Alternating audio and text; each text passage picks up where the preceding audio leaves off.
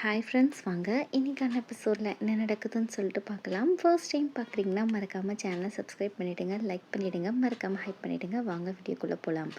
இப்போ நம்ம லின்லோ நம்ம ஹீரோயின் கூப்பிட்ருப்பாங்க. லின்லோ வந்திருக்கா அழுகாதுன்னு சொல்கிறப்போ, என்ன நீ என்ன காரியம் பண்ணி வச்சுருக்க, என் மெயிலேருந்து உனக்கு மெயில் வந்துச்சா அப்படின்ற மாதிரி கேட்க, ஆமாம் எனக்கு வந்துச்சு அப்படின்னு சொல்கிறப்போ, அப்போனா வந்திருக்கு, ஒரு வார்த்தை கூட என்கிட்ட சொல்லலை, எப்படி என்ன கேட்காம அந்த ப்ரப்போசலை நீ யூஸ் பண்ண போச்சுன்னு சொல்கிறப்போ, உன்னை கேட்டுருந்தா மட்டும் செய்ய விட்டுருப்பியா அப்படின்னு சொல்ல, அப்படின்னா என் ரெப்புடேஷன் கெட்டாலும் உனக்கு பரவாயில்ல, உனக்கு உன் பிஸ்னஸ் தான் முக்கியமான்ற மாதிரி கேட்க, என்னை ஆஃபீஸில் எப்படிலாம் தப்பு தப்பாக பேசுவாங்கன்றதை நீ யோசிச்சியா, உன் சுயநலத்துக்காக உன் பிஸ்னஸ்க்காக என்னை யூஸ் பண்ணிக்கிட்டியே அப்படின்ற மாதிரி கேட்க, இப்போ ஒன்றும் பிரச்சனை இல்லை, அவன் என்ன உன்னை வேலையை விட்டு துரத்தி விட்டா எனக்கு ஒன்றும் கவலை கிடையாது, என் கம்பெனியில் உனக்கு ஹையர் போஸ்ட்டில் நானே வேலை தரேன், எனக்கு அவன் கூட நீ வேலை செய்கிறது சுத்தமாக பிடிக்கல, இங்கே வந்துடுன்னு சொல்ல, ஹீரோயின் சரி உன்னுடைய பிஸ்னஸ்க்கு என்னோடய வாழ்த்துக்கள் அப்படின்ற மாதிரி சொல்லிட்டு கோவமாக சொல்லிட்டு கிளம்புறா. இங்கே லின்லுக்கு என்ன பண்ணுறதுனே தெரில, லின்லு பண்ணதும் தப்பு தான்.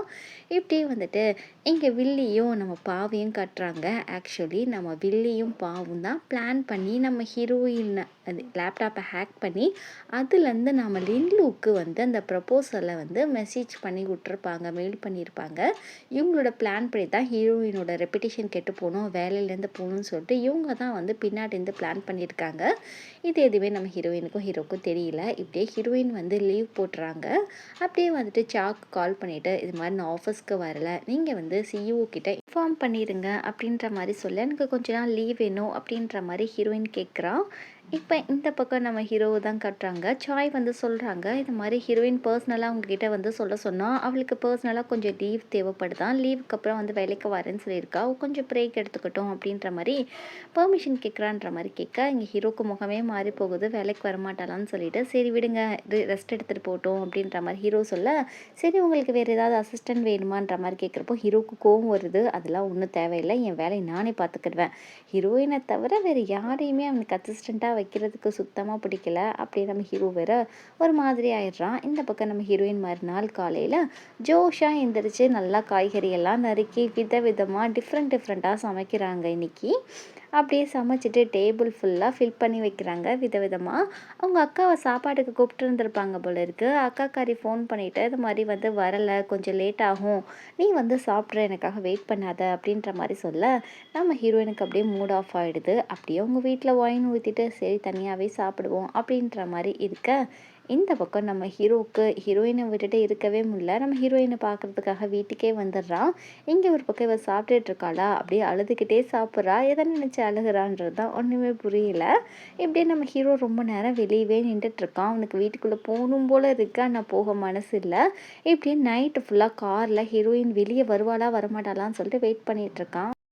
இந்த பக்கம் நம்ம ஹீரோ பயபிள்ளையும் உட்காந்து அழுதுகிட்டு இருக்கு, என்னன்னு தெரியல. அப்படியே நம்ம திறந்துட்டு உள்ளே தான் போய் பார்ப்போமே அப்படின்னு சொல்லிட்டு டோரை ஓப்பன் பண்ணிட்டு உள்ளே போய் பார்த்தா நம்ம ஹீரோயின் உட்காந்து ஒப்பாரி வச்சிட்ருக்காங்க. நம்ம ஹீரோவை பார்த்துட்டு இவங்களுக்கு ஒரே ஷாக்கு. நம்ம ஹீரோ ஒரு மாதிரி ரொமான்டிக்காக பார்த்துட்ருக்க, இவ குடுன்னு ஓடி போயிட்டு கண்ணெல்லாம் தொடச்சிட்டு அழுததெல்லாம் பார்த்துடக்கூடாதுன்னு சொல்லிட்டு இவன் நினச்சிட்ருக்கா. ஹீரோ சரி நீ கூப்பிடாமையே நான் உள்ளே வந்துட்டேன், உனக்கு ஓகேவான்ற மாதிரி கேட்க, இவன் முறைச்சி தான் பார்க்குறா. என்ன விதவிதமாக சமைச்சிருக்க, நீ மட்டும் உட்காந்துருக்க, இன்னைக்கு என்ன விசேஷம் அப்படின்ற மாதிரி கேட்டுட்டு உட்கார, இது மாதிரி எதுக்கு நீ அழுகிற, ஆஃபீஸில் நினச்சதை நினச்சி அழுகிறியா, இல்லை இன்னைக்கு அந்த நாளை நினச்சி நீ அழுகிறியா அப்படின்ற மாதிரி கேட்க, நீ கொஞ்சம் ஓவராக பேசுகிற, உன்னை பற்றி நீ ரொம்ப நினச்சிக்காத, என் மனசில் நீ எந்த இடத்துலையும் இல்லை, அது போக நான் ஆஃபீஸ் நினச்சி அழுதா கூட உனக்கும் அதுக்கும் சம்மந்தம் இல்லை, உன் மரியாதையை நீ காப்பாற்றிக்கோ, ஒருத்தவங்க வீட்டில் உட்காந்து நடு வீட்டில் உட்காந்துட்டு இப்படி தான் கேள்வி கேட்பாங்களா அப்படின்ற மாதிரி கேட்க, இப்படியே நம்ம ஹீரோ பரவாயில்லம்மா நீ கூப்பிடாம தான் வந்தேன், அதுக்காக நீ இப்படி சொன்னால் நான் வெளியே எழுந்திரிச்சு போயிடுவேன்னு நினைக்கிறியா, நான் போக மாட்டேன் அப்படின்ற மாதிரி சொல்லிட்டு நம்ம ஹீரோ உட்காந்துட்ருக்கப்போ நம்ம ஹீரோயின் சாப்பாடெல்லாம் தூக்கிட்டு உள்ளக்க போகிறா. இங்கே ஹீரோக்கு செம்மையாக காண்டாயிடுது. ஹீரோயின் கையை பிடிச்சிட்டு ஒரு நிமிஷம் நில்லு, என்ன நீ ஒரு விஷயத்த மறந்துட்டியா, நீ என்ன சொன்ன, எனக்கு ஒரு நாள் சமைச்சு தரேன்னு சொல்லிட்டு சொல்லியிருந்த இல்லையா, அது உனக்கு ஞாபகம் இல்லையா அப்படின்ற மாதிரி ஹீரோ கேட்க, அப்படியே ஃப்ளாஷ்பேக் போகுது. ஹீரோயின் லவ் பண்ணிட்டு இருந்தப்போ நம்ம ஹீரோ தான் ஹீரோயினுக்கு நிறைய சமைச்சு கொடுத்துருப்பான். நம்ம ஹீரோயின் ஒரு நாளும் சமைச்சு கொடுத்துருந்துருக்க மாட்டா. அதனால நம்ம ஹீரோ சமைச்சு கேட்க, கண்டிப்பாக நான் சமையல் கற்றுக்கிட்டு ஒரு நாள் உனக்கு சமைச்சு தரேன் சரியா அப்படின்ற மாதிரி வாக்கு கொடுத்துருப்பா.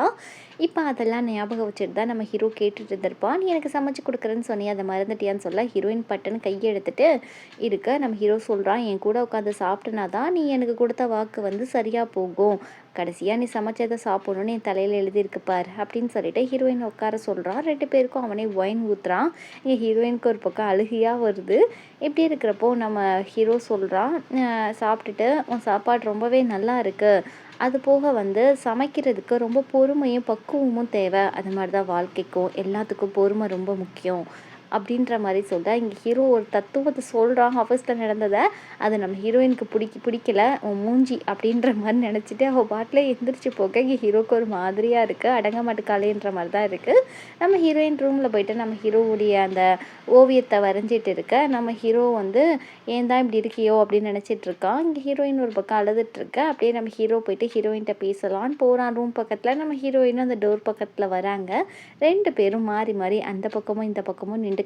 நம்ம ஹீரோ தட்டலான்னு பார்க்குறான். அவனுக்கு மனசு வரலை, அவன் ரொம்ப வந்து டல்லாக இருக்கான்னு சொல்லிட்டு, சரி நான் ஒன்று மட்டும் சொல்கிறேன், அவனை எப்பயுமே நான் தப்பாக நினச்சது கிடையாது, அப்பவும் சரி இப்போவும் சரி, நீ தான் அந்த தப்பு பண்ண நான் நினைக்கல, நீ ஏன் உன்னை நினச்சிக்கிட்டு உன்னை கஷ்டப்படுத்திக்கிறாத, முதல்ல வந்து உன் மேலே இருக்க தப்பை நீ வந்து சரி பண்ண பார்க்கணும், இப்படி ஓடி ஒளிஞ்சிக்கிட்டேன்னா ஊர் 1000 தான் பேசும், நீ வந்து ஆஃபீஸில் வந்து உன் மேலே எந்த தப்பு இல்லை நிரூபி, எப்போ பாரு இப்படி ஓடி போய் ஒளிஞ்சிக்கிறாத என்னோட அன்பு காதலி அப்படின்ற மாதிரி வேற சொல்லிட்டு போயிடுறான். இந்த பக்கம் ஹீரோயினோட அக்காக்காரி வேற வந்துடுறா. ஹீரோவை பார்த்துட்டு செம்மையாக டென்ஷன் ஆகிட்டு, நீ எதுக்குடா இங்கே வந்தன்ற மாதிரி கேட்க, நான் இன்றைக்கி மட்டும் வரலை, இந்த 7 வருஷத்தில் நான் இந்த நாள் மட்டும் இந்த நைட் இங்கே வரதான் செய்வேன் அப்படின்னு சொல்ல, இந்த 7 வருஷமும் உனக்கு என்ன அப்படி என்ன ஸ்பெஷல்ப்பா, அதை கொஞ்சம் சொன்னால் நான் தெரிஞ்சுக்கிருவேனே அப்படின்ற மாதிரி இவ கேட்க, இந்த நாளில் தான் நாங்கள் 2 பேரும் பிரேக்கப் பண்ணோம் அப்படின்ற மாதிரி ஹீரோ சொல்கிறான். ஃப்ளாஷ்பேக் போகுது. நம்ம ஹீரோ வந்து சைக்கிளில் வரான். நம்ம ஹீரோயின் வெயிட் பண்ணிகிட்டு இருக்கா. நீ ரொம்ப நேரம் வெயிட் பண்ணுறியா, சாரி இங்கே பாரு, நீ கேட்ட இல்லையா உன்ன மாதிரி ஒரு டாட்டாய்ஸ் வந்து ஒரு குட்டி ஆமை வாங்கிட்டு வான்னு சொல்லிட்டு, நான் உனக்கு உன்ன மாதிரியே ஒரு குட்டி ஆமை வாங்கிட்டு வந்திருக்கேன் வச்சுக்கோ, ஒரு வேளை நான் வெளியூருக்கு எங்கேயும் வேலைக்கு போயிட்டேன்னா நீ வந்து என்னை மிஸ் பண்ணுறப்போ இந்த ஆமையை பார்த்தா நம்ம 2 பேரும் மிஸ் பண்ணிக்க மாட்டோம் அப்படின்ற மாதிரிலாம் சொல்ல, நம்ம ஹீரோயின் ரொம்ப டல்லாக இருந்துட்டு நம்ம 2 பேரும் பிரேக்கப் பண்ணிக்கலாம் அப்படின்னு சொல்ல, ஏய் என்ன லூஸ் மாதிரி வளர்றியா அப்படின்ற மாதிரி கேட்க, இல்லை நிஜமாக தான் சொல்கிறேன் அப்படின்னு இவ சொல்கிறா. 2 பேருக்கும் செட் ஆகாது, நீ எப்போ பாரு நான் திட்டிக்கிட்டே இருக்க, ரொம்ப அரகண்டாக நடந்துக்கிற, அதுக்காகவே உன்னை எனக்கு சுத்தமாக பிடிக்கல அப்படின்னு இவ சொல்லியிருப்பா. சாரிடி அப்படிலாம் நான் எதுவும் பண்ண மாட்டேன், லூஸ் மாதிரி உளராத, உன்னை விட்டுட்டு என்னால் இருக்க முடியாது அப்படின்னு இவன் ஹக் பண்ண, இவன் மனசில் ஏதோ வச்சுட்டு, இல்லை உனக்கு எனக்கும் செட் ஆகாது, திரும்ப திரும்ப வந்து என்னை தொந்தரவாது பண்ணாது, என்னை நிம்மதியாக வாழ விடு, உன் வாழ்க்கையிலேருந்து நான் முழுசாக போயிட்டேன், இனிமேல் என் மூஞ்சியில் கூட முழிக்காத அப்படின்னு சொல்லிட்டு ஹீரோயின் சொல்லிட்டு போயிருப்பா. இன்றைக்கி அவங்க பிரேக்கப் டேனால தான் 2 பேரும் இவ்வளோ சேடாக இருக்காங்க. இதெல்லாம் தெரிஞ்சுட்டு ஹீரோயின் அக்கா இது எனக்கு தெரியாதுன்ற மாதிரி சொல்ல, இது கூட உனக்கு தெரியல, சரி அவ கூட போய் கொஞ்சம் டைம் ஸ்பெண்ட் பண்ணு, அது போக ஆஃபீஸில் நிறைய பிரச்சனை, அவ கூட வந்து கொஞ்சம் ஆறுதலாக இரு அப்படின்ற மாதிரி சொல்ல, சரி ஒரு நிமிஷம் நில்லு, நீ எங்கே போகிற, உன்கிட்ட கொஞ்சம் பேசணும், இங்கே பாரு இந்த வருஷம் நீ 7 வருஷம் வந்து இந்த நைட் வந்திருக்கலாம், ஆனால் இனிமேல் வராத, உன்னை பார்க்க பார்க்க என் தங்கச்சி இன்னும் தான் மனசில் கஷ்டப்படுவா, ஸோ நீ இனிமேல் வராதன்னு சொல்கிறப்போ, நான் 7 வருஷமாக வந்தப்போ எனக்கு ஒன்றுமே தெரியல, இன்றைக்கி நான் வந்தப்போ ஒரு விஷயம் எனக்கு தெரிஞ்சிருச்சு, இந்த நாளில் நான் மட்டும் கஷ்டப்படலை, அவளும் கஷ்டப்பட்டுட்டு இருந்திருக்கா, அதனால வந்து அவள் மனசில் என்ன இருக்குன்றதை எனக்கு தெரிஞ்சிச்சு அப்படின்னு சொல்லிட்டு நம்ம ஹீரோ போகிறான். ஹீரோயின் மனசுல இன்னும் ஹீரோ தான் இருக்கான் அப்படின்றது ஹீரோக்கு தெரிஞ்சிருச்சு. இப்போ ஹீரோ போயிட்டு நல்லா சரக்கடிச்சிட்டு இருக்காங்க. ஹீரோயின் ரொம்ப டல்லாக இருக்கா, மனசில் இருக்கிறது சொல்லியும் தொலைய மாட்டேங்கிறான்னு சொல்லிட்டு மிட் நைட்டில் உட்காந்து சரக்கடிச்சிட்டு இவன் மட்டையாக கரெக்டாக வந்து டாட்டாய்ஸ்ன்னு ஃபோன் நம்பரில் ஒரு கால் வருது. இதை வந்து ஹீரோடைய ஃப்ரெண்டு பார்த்துட்றான். பார்த்துட்டு இவன் என்ன மட்டையாயிட்டான், கால் வேற வருதுன்னு சொல்லிட்டு அவனை இக்னோர் பண்ணிவிட, இந்த பக்கம் நம்ம ஹீரோயின் தான் ஹீரோக்கு கால் பண்ணுறா. இவளுக்கு வந்து தூக்கத்தில் நடக்கிற வியாதி மாதிரி தூக்கத்தில் வந்து நம்ம ஹீரோக்கு கால் பண்ணுற வியாதி, அவளையே அறியாமல் வந்து நம்ம ஹீரோக்கு கால் பண்ணுவாள். இதை தான் நம்ம ஹீரோ சொல்லிட்டு இருந்திருப்பான். அவன் தங்கச்சி அடிக்கடி இந்த 7 வருஷமாக நைட்டில் எதுக்கு எனக்கு கால் பண்ணிகிட்டு இருக்கான்னு சொல்லிட்டு ஹீரோயின் அக்காட்ட. இப்போ இவன் உடனே வந்து ஹெல்ப்புக்காக நம்மளோட லின்லுவை கூப்பிட்றா. ஏன்னா இத்தனை வருஷமாக நம்ம ஹீரோயினுக்கு இந்த ப்ராப்ளம் வந்திருக்காது. இப்போ வந்து அவள் ரொம்ப டிப்ரெஷனில் இருக்கனால திரும்ப இந்த தூக்க வியாதி அவளுக்கு வந்திருக்கு. இப்படியே வந்து நம்ம ஹீரோயினை நைட் ஃபுல்லாக லின்லுவும் அவங்க அக்காவும் பார்த்துக்கிறாங்க. காலையில் ஆனோடனே லின்லு அவங்க அக்கா அனுப்பி வைக்க, ஹீரோயின் காலையில் எந்திரிச்சோடனே ஆஃபீஸ்க்கு என்ன ட்ரெஸ் போடலாம் அப்படின்னு பார்த்துக்கிட்டு இருக்கா. ஏன்னா நம்ம ஹீரோ வந்து பேசுனதுனால அவளுக்கு மனசு மாறி இருந்திருக்கும். நல்லா பக்காவாக மேக்கப் போட்டுட்டு நல்லா அழகாகவே ஃப்ரெஷ்ஷாகவே ஒரு ஃப்ரெஷ் மைண்டோட போயிட்டுருக்கா. இங்கே ஹீரோ ஃபோன் நோண்டிகிட்டு இருக்க. நம்ம ஹீரோயினை பார்த்தோன்னே அவனுக்கே ஷாக் ஆகிடுது. இது மாதிரி என்ன சார் ஒர்க் இருக்குது இன்றைக்கி சொல்லுங்கள் அப்படின்ற மாதிரி கேட்க, நீ எதுக்கு வந்த, உனக்கு தான் பிரேக் கொடுத்தோம் இல்லையா, நீ கொஞ்ச நாள் ரெஸ்ட் எடுத்துகிட்டு வர வேண்டியதுன்ற மாதிரி திட்ட, அப்போல்லாம் ஒன்றும் எனக்கு பிரேக் தேவையில்லை, நான் வந்து என்னை ப்ரூஃப் பண்ணுறதுக்காக வந்திருக்கேன் இருக்கேன்னு சொல்கிறப்போ இங்கே ஹீரோ தண்ணி குடிச்சிட்டு இருந்தவனுக்கு பொறையே ஏறிடுது இவ சொல்கிறத கேட்டு இவளுக்குள்ள அவ்வளோ சேஞ்சஸான்னு சொல்லிட்டு இப்படி ஹீரோட ஃப்ரெண்டு சொல்கிறா என்னடா நேத்தெல்லாம் ரொம்ப டல்லாக இருந்து சரக்கு அடிச்ச இன்னைக்கு ரொம்ப ஃப்ரெஷ்ஷாக இருக்கே அப்படின்ற மாதிரி சொல்ல ஹீரோயினை பார்த்த குஷி தான் நம்ம ஹீரோக்கு. இப்படியே மிட் நைட்டில் யாருடா 2 மணிக்கு யாரோ டாட்டாய்ஸ்ன்ற நம்பர்லேருந்து உனக்கு கால் வந்துச்சு அப்படின்ற மாதிரி கேட்டோம் நம்ம ஹீரோக்கு ஒரு மாதிரி டல்லாகிடுது. சரி சரி உனக்கு என்ன வேலை வெட்டி எதுவும் இல்லையா போய் வேலையை பார்ப்போ எப்பப்பா நீன்னு பேசிக்கிட்டே இருக்க அப்படின்னு சொல்லிட்டு ஃப்ரெண்டை விரட்டி விட்டுறான். இப்படியே நம்ம ஹீரோயின் வந்து அந்த ப்ராஜெக்ட் வந்து லிண்டு திருடி இருப்பான் இல்லையா அதை விட பெஸ்ட்டான ஒரு ப்ராஜெக்ட் செஞ்சு அவங்க கம்பெனிக்கு கொடுத்து எப்படியாவது வந்து ப்ராஜெக்டை வந்து கைப்பற்றிடணும் அப்படின்ற மாதிரி ஹீரோயின் நினச்சி ஒர்க் பண்ணிட்டு இருக்க. இந்த பக்கம் டேயும் நம்மளுடைய குவானையும் காட்டுறாங்க. 2 பேருக்கும் ஏதோ கனெக்ஷன் இருக்கு போல இருக்கு. இப்படியே நம்ம டே போகிறப்போ அவள் காலில் இருக்க அந்த ஹீல்ஸ் வந்து பிஞ்சிடுது. இதை பார்த்த நம்ம குவான் என்ன பண்ணுறான்னா அவனே போயிட்டு அந்த ஹீல்ஸ் எல்லாம் 2 பக்கமும் பிச்சிட்டு அவளுக்கே அந்த காலில் இருக்க அந்த ஸ்லிப்பர்ஸ் எல்லாம் போட்டு விட இப்படியே உங்களுக்குள்ள ஒரு நல்ல பாண்டிங் க்ரியேட் ஆகுது. அப்படியே நம்ம டேக்கு நம்ம குவான் மேலே லைட்டாக ஃபீலிங்ஸும் வருது. குவானுக்கும் டேயை பிடிச்சனால பின்னாடியே சுற்றிக்கிட்டே கிடக்கான். இப்படியே வந்துட்டு நம்ம ஹீரோடைய ஆஃபீஸை காமிக்கிறாங்க. நம்ம ஹீரோயினை வர சொல்லியிருக்காங்க. என்னன்னு பார்த்தா நம்ம ஹீரோயின் மெயில் வந்து யாரோ அனுப்பியிருப்பாங்க இல்லையா அந்த மெயில் யார் அனுப்புனாங்கன்னு சொல்லிட்டு கண்டுபிடிச்சிட்டாங்க. அதனால தான் நம்ம ஹீரோ வந்து ஹீரோயினை வர சொல்லியிருக்கான். இப்போ வந்து நம்ம ஹீரோ சொல்கிறான் இது மாதிரி வந்து கண்டுபிடிச்சாச்சு இந்த திருட்டு வேலை பண்ணான்னு சொல்லிட்டு அப்படின்னு சொல்லிட்டு சொல்கிறப்போ யாருன்னா நம்ம டாங் இருக்கா இல்லையா அவளுடைய ஹஸ்பண்டு தான் இந்த ஆஃபீஸில் வந்து அந்த மெயினாக அந்த கோரில் வேலை செஞ்சுட்டு இருந்திருப்பாப்ல. முக்கியமான பொசிஷனில் தான் டாங்குடைய ஹஸ்பண்ட் இருந்திருப்பாப்ல. அந்த பொசிஷனை வச்சு நம்ம ஹீரோயினுடைய லேப்டாப்பை ஹேக் பண்ணி அனுப்பியிருப்பாரு. இருந்தாலுமே இவங்களுக்கு நிறைய சர்வைவர் இருந்திருக்கும். அதில் ஒன்று இல்லாத இன்னொன்றில் வந்து ரெக்கார்ட் ஆகிருக்கும் அந்த அனுப்புனது. அதனால இவங்க கண்டுபிடிச்சிட்டாங்க. இப்போ டாங்கை வந்து இது தெரியாத டாங்கு ரொம்ப ஹாப்பியாக வந்துக்கிட்டு இருக்கான். அந்த கார்டை கையில் வச்சுட்டு பாரு நான் எப்படி இந்த ஃப்ளோருக்கு வந்ததை நினச்சி அவள் ஒரு பக்கம் சந்தோஷப்பட்டுட்டு இருக்கா. இங்கே என்ன நடக்க போகுதுன்னே தெரியாமல் இப்படியே வந்துட்டு ரொம்ப தென்னாவிட்டா உள்ளக்க வர நம்ம ஹீரோ வந்து பேச ஆரம்பிக்கிறான். இது மாதிரி வந்து ஆஃபீஸில் ஒரு சின்ன இஷ்யூ அதனால தான் உன்னை கூப்பிட்டு விசாரிக்கிறதுக்காக நான் வர சொல்லியிருக்கேன். சரி இருக்கட்டும் மெயிலை வந்து யார் அனுப்புனா நாங்கள் கண்டுபிடிச்சிட்டோம் உன்னோட ஹஸ்பண்ட் தான் இப்படி பண்ணியிருக்காரு. உனக்கு வந்து ப்ரமோஷன் பண்ணதுனால இப்படி நடந்திருக்கு. இப்படி வந்து வேலை செய்கிறவங்க ஒருத்தவங்க மேலே இப்படிலாம் பழிய போடுவீங்களா அப்படின்ற மாதிரி கேட்க இந்த பிள்ளை திருன்னு முழிச்சுக்கிட்டு இருக்கு.